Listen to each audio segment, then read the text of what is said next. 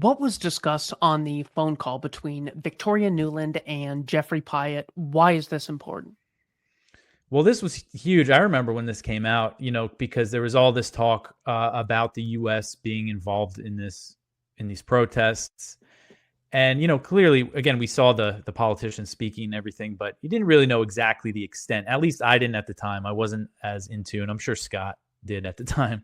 But and then this phone call came out, and it's Victoria Nuland, who's basically the American point man, point woman on this coup at the time, talking to the U.S. ambassador to Ukraine and discussing who should be in the next government. And who they mentioned, Yatsenyuk, Yats is the guy, is kind of the famous line from that. Well, F the EU is what everybody, kind of what the news media went with. But the big story there was they were discussing who should be in the next Ukrainian government. And then Yatsenyuk was the prime minister after the overthrow.